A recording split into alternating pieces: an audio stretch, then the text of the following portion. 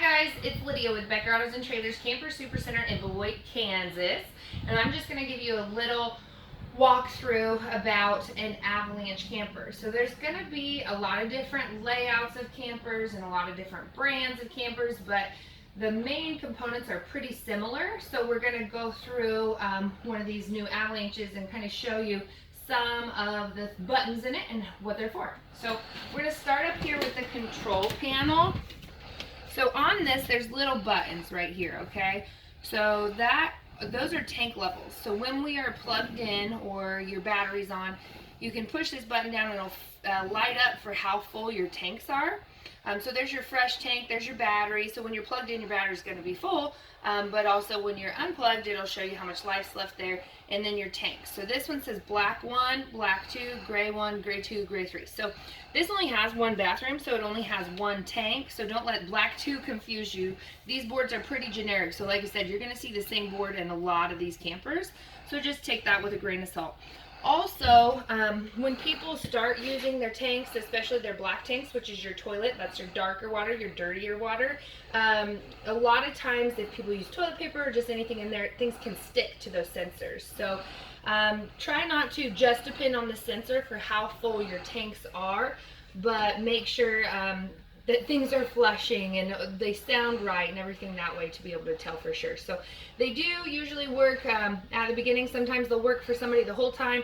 Sometimes they'll quit working after a couple uses. So don't let that stress you out. You'll be able to tell whether your tank's full or empty or anything that way.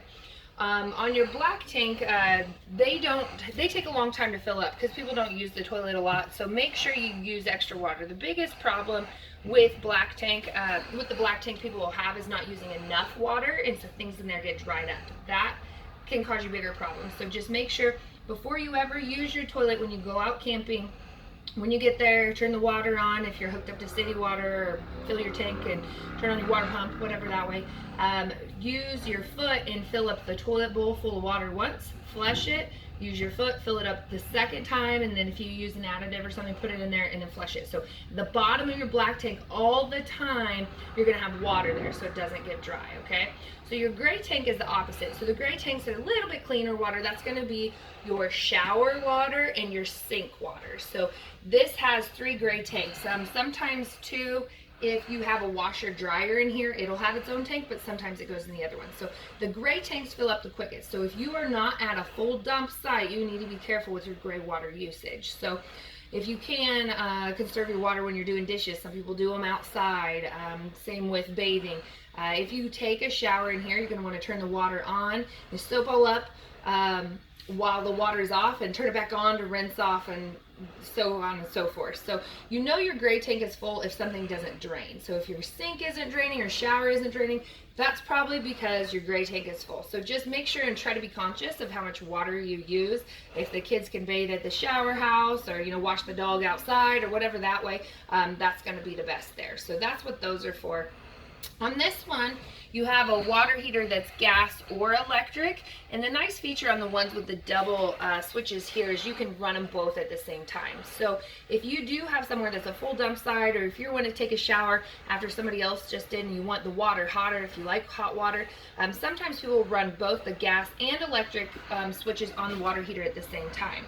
That being said, when you're plugged in, most people will just run the electric, and then just turn it on right here. So before you turn on your water heater, what you want to do is make sure you have water either in your fresh water holding tank or water from the city lines, from the city pressure, and then you're going to want to turn on your water heater after that. So if you don't have the city pressure, you need to use your water pump to pump the water out of the fresh water tank.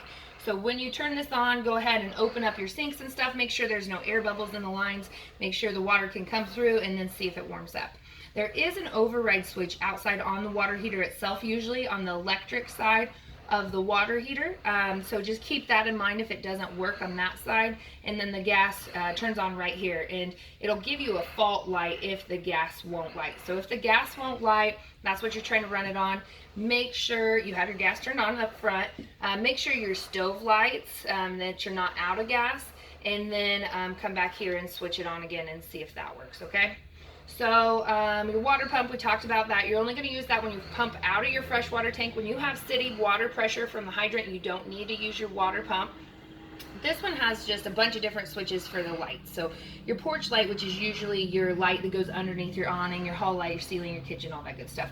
Sometimes they do have individual overrides on the lights themselves, but otherwise the main switches will be here. And then your slide-ins. So this one you have a couple hydraulic slides and one electric slide.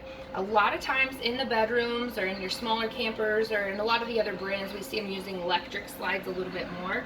You want to be careful with your electric slides because they do have a memory, okay? So when you bring them in, make sure you bring them all the way in. I like to hold down the switch a couple extra seconds while it's coming in to make sure it's all the way in. And when you go out, same thing, all the way out. So if that starts to get a little moody or it comes in crooked or whatever, give us a call, Google it, look online. You can recalibrate that slide, but you just want to make sure it remembers to go all the way in and all the way out. And you do have to hold the switch down the whole time.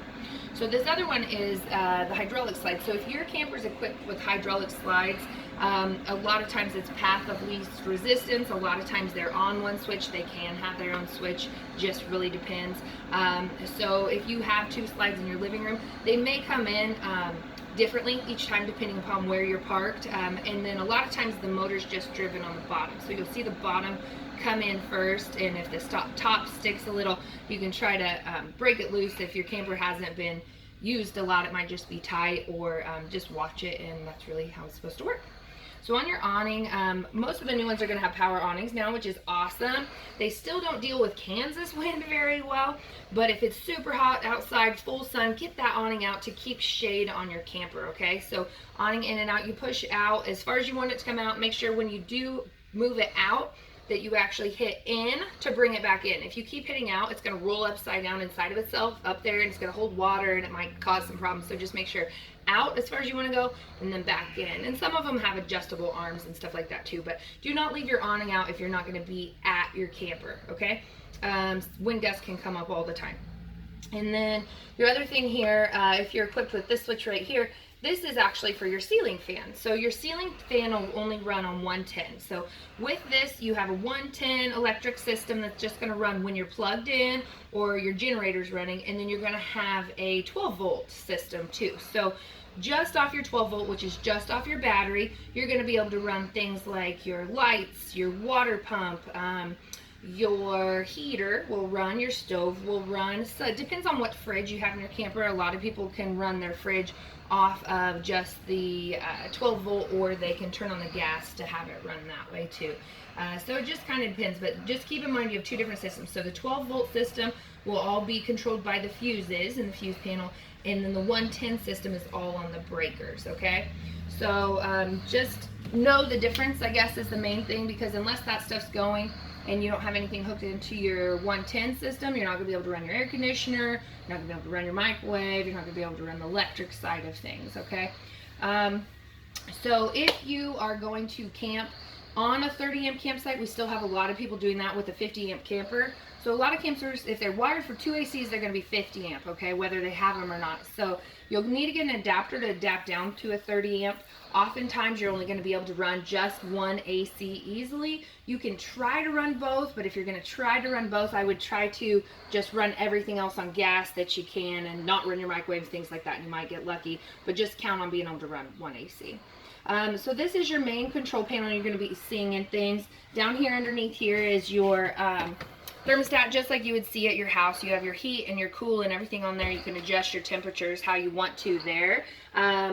Just watch that. I would try to keep your fan on either high or low, especially if it's super hot outside. That'll keep that fan running even when the compressor kicks out and keep your air conditioner from freezing up as much.